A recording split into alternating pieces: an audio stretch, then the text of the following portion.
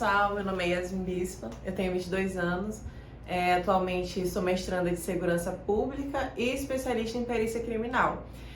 Estou dando aula de Direito Constitucional e Legislação e estarei fazendo parte da equipe do Cataflix. Eu vou deixar o meu Instagram aqui no quadro, Yasmin Bispa RJ. Caso vocês tenham alguma dúvida, queiram seguir, a gente vai deixar dicas sobre o curso e sobre os concursos que estarão saindo no Instagram, tá bom?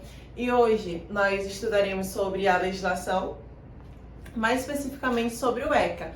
Se vocês pegarem a parte ali do edital, que cai nos concursos, é muito extensa. Então, o que a gente vai tentar fazer aqui? Estudar com mais profundidade aqueles assuntos que são mais relevantes no concurso. Ou seja, a questão do ECA, todo mundo, acho que quem já estudou, deve lembrar que é bem extenso os artigos, mas tem aqueles pontos que são mais importantes para a sua prova. E no caso hoje, a gente vai falar um pouco sobre a questão conceitual, um pouco da origem, por que o ECA é aplicado nos dias de hoje, quando foi que ele começou a ser aplicado e qual é a sua importância para criança e para adolescente. Então vamos começar sobre o assunto.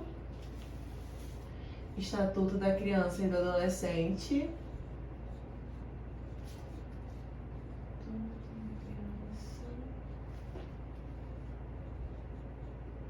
Quem tiver a legislação, eu aconselho que acompanhe na aula todos os artigos, que depois a gente vai separar quais são os mais importantes.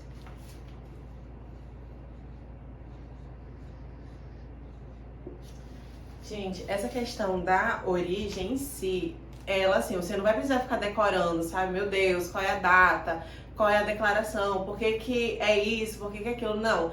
Por que que é importante falar sobre a origem e essa parte conceitual?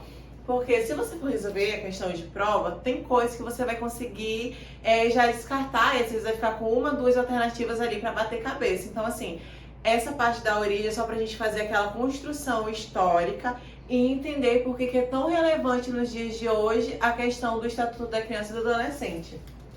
Antigamente, não existia nem aqui no Brasil e nem mundialmente uma legislação protetiva à criança e ao adolescente. Então, o que que acontecia? Tinha a questão ali da Revolução Industrial, a questão das guerras, todos esses momentos históricos que foram passando, e o trabalho escravo, tanto da criança como do adolescente. Por exemplo, as indústrias mesmo, na época da Revolução Industrial, os adultos trabalhavam horas e horas de forma excessiva, 16 horas, 20 horas muitas das vezes, e ali tinha crianças acompanhando, e às vezes ficava em casa a mãe tendo que fazer comida, lavar roupa, ir pra roça, alguma coisa do tipo, as filhas iam também. Então, assim, as crianças, elas não tinham aquela proteção, elas não eram sujeitos de direito. Então, elas simplesmente faziam o que adultos faziam e acabava que, por exemplo, a criança do sexo feminino engravidava muito cedo. Imagina, uma menina de 10 anos tendo que cuidar de uma outra criança porque ela ficou grávida muito cedo. Então, assim, era muito desorganizado, sabe? As pessoas não se importavam com o direito daquele adolescente, com o direito daquela criança. Então, qual foi o marco inicial? Foi a questão dos direitos internacionais. Então, tudo isso começou mundialmente. Os direitos internacionais, eles trouxeram declarações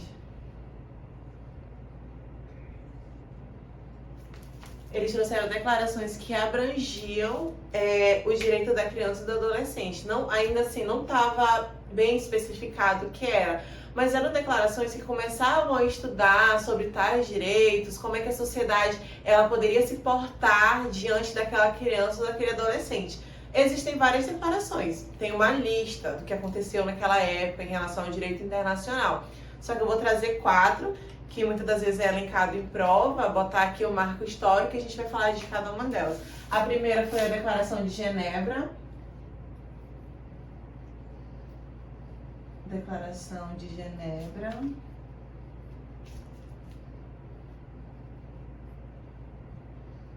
Que foi em 1924.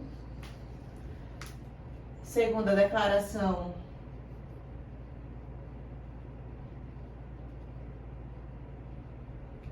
Universal dos Direitos Humanos,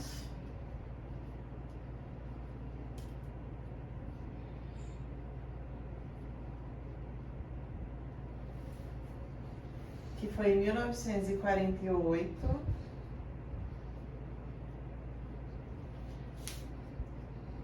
A Declaração, e essa aqui é uma das mais importantes, a gente vai detalhar um pouco sobre ela, que é a Declaração dos Direitos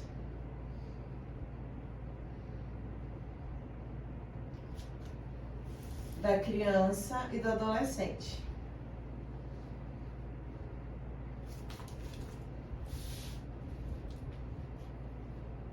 E do adolescente. 1959. Por fim, não menos importante, o Pacto de São José da Costa Rica.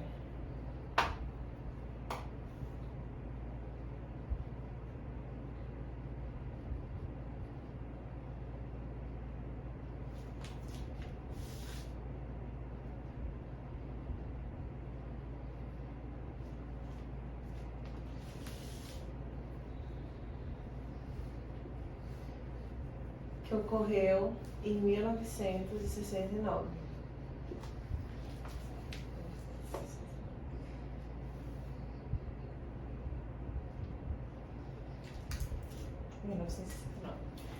Por que essa daqui é importante? Essas outras declarações, elas trouxeram essa questão do direito da criança e do adolescente de uma forma bem superficial. Quando foi nessa terceira, que é a Declaração dos Direitos da Criança e do Adolescente, ela foi aprovada pela Assembleia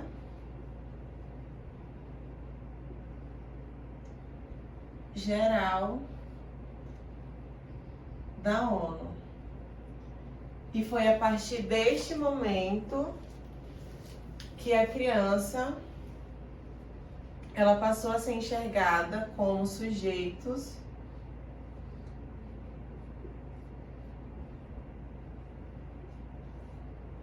de direito. Então, assim, esse marco aqui, esta declaração, ela é uma das mais importantes da nossa história. Foi a partir daqui que a gente começou a estudar um pouco sobre a relevância dos direitos da criança e do adolescente. Partindo desse ponto inicial, a gente retoma a nossa Constituição Federal ao nosso país, porque vocês sabem que cada país tem sua forma de lei, tem seu estatuto e eles acabam regendo de maneira diferente.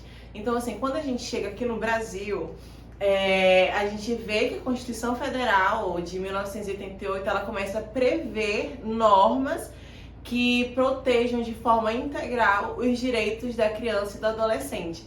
E é a partir desse momento que surge a... Eu vou apagar essa parte aqui para a gente poder falar sobre isso.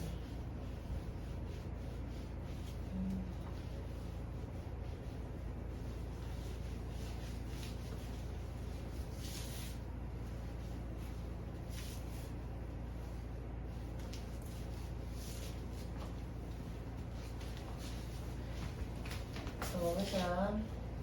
Brasil. CF.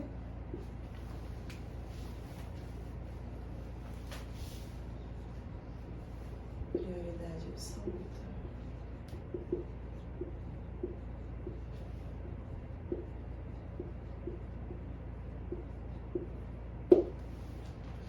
Então tá. Como eu falei, a Constituição Federal ela começou a prever normas que pudessem proteger de maneira integral a criança e o adolescente. E onde é que estava previsto isso na Constituição Federal? No artigo 227, que eu aconselho que vocês façam essa leitura porque aqui é onde se encontra o princípio da prioridade absoluta, que nós já trataremos sobre isso. Então, assim, o artigo 227 da Constituição Federal, você consegue ter uma visão geral do que são esses direitos da criança e do adolescente. Então, foi a partir deste momento que foi criado o Estatuto institucionalizado pela Lei 8.069 de 1990, mais conhecido como ECA. E qual era o objetivo principal da criação desse estatuto? Que estava despencando em prova a questão do objetivo. Proteger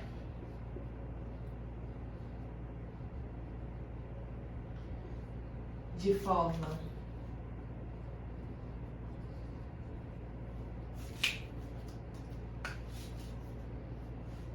integral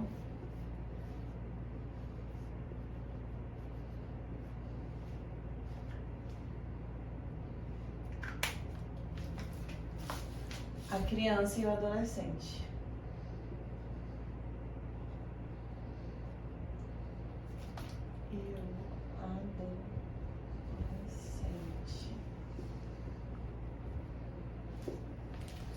Então, o objetivo principal da criação do Estatuto da Criança e do Adolescente era proteger de forma integral. O que fazia com que a previsão da Constituição Federal ela fosse realmente efetivada. Ou seja, a Constituição Federal ela trazia uma prioridade absoluta. Mas, professor, o que é prioridade absoluta? A prioridade absoluta a criança em especial e o adolescente, eles terão prioridade tanto na parte familiar quanto no seio da comunidade, sociedade no geral, em relação às políticas públicas, às ações governamentais, ou seja, o poder público, principalmente, eles têm que se preocupar em dar essa assistência à criança de forma prioritária. Um exemplo, acho que vai dar para mastigar bastante, se vocês conseguirem lembrar desse exemplo, quando a gente está na autoescola, estudando essas coisas todas, que a gente vai pegar ali aquela parte dos primeiros socorros, que fala, se um acidente de trânsito tem assim, uma pessoa de 40, de 50 anos e uma criança de 5 anos, qual é a primeira pessoa que deve ser socorrida? A criança de 5 anos. Então, assim, a Constituição Federal e o Estatuto da Criança e do Adolescente, no seu artigo 4º, eles trazem essa previsão que elas devem ter prioridade absoluta, tanto a criança como o adolescente. Então, assim, essa prioridade absoluta, que está prevista tanto no artigo 227 quanto no Estatuto da Criança e do Adolescente, trazem direitos que são inerentes à criança e adolescentes. E eu aconselho vocês a anotarem esses direitos porque são importantes, acabam caindo em prova e muitas das vezes acabam confundindo também as questões, porque ou eles tiram alguns direitos ou eles acrescentam alguns que não tem nada a ver. Então, assim, a gente vai anotar os que são mais importantes. Vocês podem fazer tipo uma tabelinha, uma listinha e ficar sempre revisando. Vamos lá.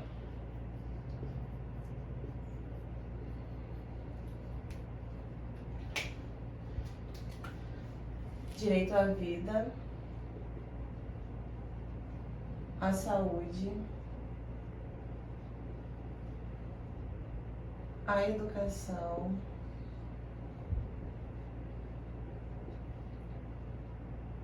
à alimentação,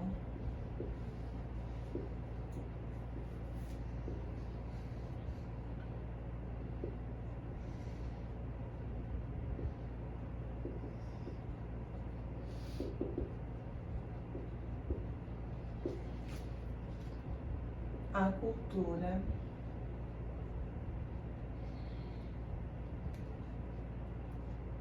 ao lazer,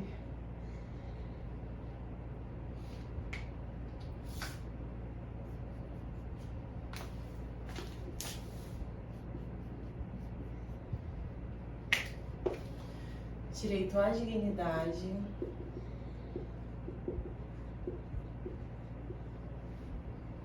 ao respeito, à liberdade,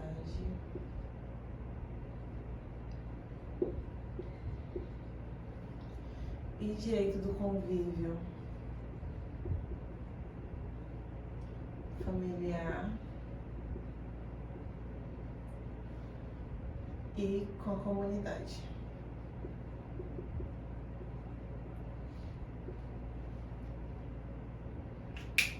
Então, esses direitos, eles são importantes. Eu gostaria de frisar alguns que nós trataremos melhor, que é o direito à profissionalização. Eu não sei se vocês conseguem fazer essa distinção sobre o trabalho escravo e sobre o trabalho do qual ele vai crescer como ser humano. Eu falei no começo que antigamente, como elas não eram protegidas, como não tinham direitos e nem alguma lei que previa normas que pudesse trazer essa proteção integral, acabava que as crianças e adolescentes, eles trabalhavam de qualquer forma e não tinha regras e muito menos limites. Então assim, professora, mas como é que traz esse direito à profissão se eles não podem trabalhar? Veja bem, eu não posso pegar uma criança de 10 anos atualmente e colocar ela no mercado de trabalho. Ela está em fase de desenvolvimento. Quando a gente começa a trabalhar, nós temos que entender que teremos responsabilidade com as funções que nós iremos exercer, nós teremos que saber lidar com o próximo, porque qualquer tipo de trabalho você vai estar lidando com pessoas. Então, assim, você tem que ter aquele raciocínio formado. Ou seja, a partir dos 14 anos, nós começamos com o chamado jovem aprendiz. Então, assim, o que vai mudar dos 14 aos 16 anos, a questão do jovem aprendiz? A carga horária e a forma de trabalho. Então, assim, quando a gente traz esse direito à profissão dentro da Constituição Federal, remetendo a essa parte da criança e do adolescente, eles poderem se desenvolver para o mercado de trabalho e começar a exercer essa responsabilidade dentro dos limites que são colocados em lei. Não pode passar do horário, eles têm que ter assistência, têm que ser protegidos, tem que ser estágio, não pode ser carteira assinada e afins. A questão do convívio familiar e comunidade, muito importante para o crescimento da criança, porque eu não posso pegar a minha criança, o meu filho, e querer que ele cresça só no seio familiar. Se acontecer isso, quando ele realmente precisar ir para a sociedade, ele vai ser uma pessoa, digamos que mais retraída, não vai conseguir se desenvolver, não vai conseguir exercer o direito de cidadão. Então, assim, a gente começa a colocar ele dentro da comunidade, dentro da sociedade, já desde criança, levando ele à escola, ensinando que ele pode brincar com outras crianças numa pracinha, inserindo ele dentro daquela comunidade, para que ele possa se desenvolver como ser humano e aprender a exercer os seus direitos. A questão da liberdade, de poder se expressar, poder falar, poder também buscar direitos. A criança, ela tem essa liberdade. A questão do direito à vida, à saúde principalmente, né?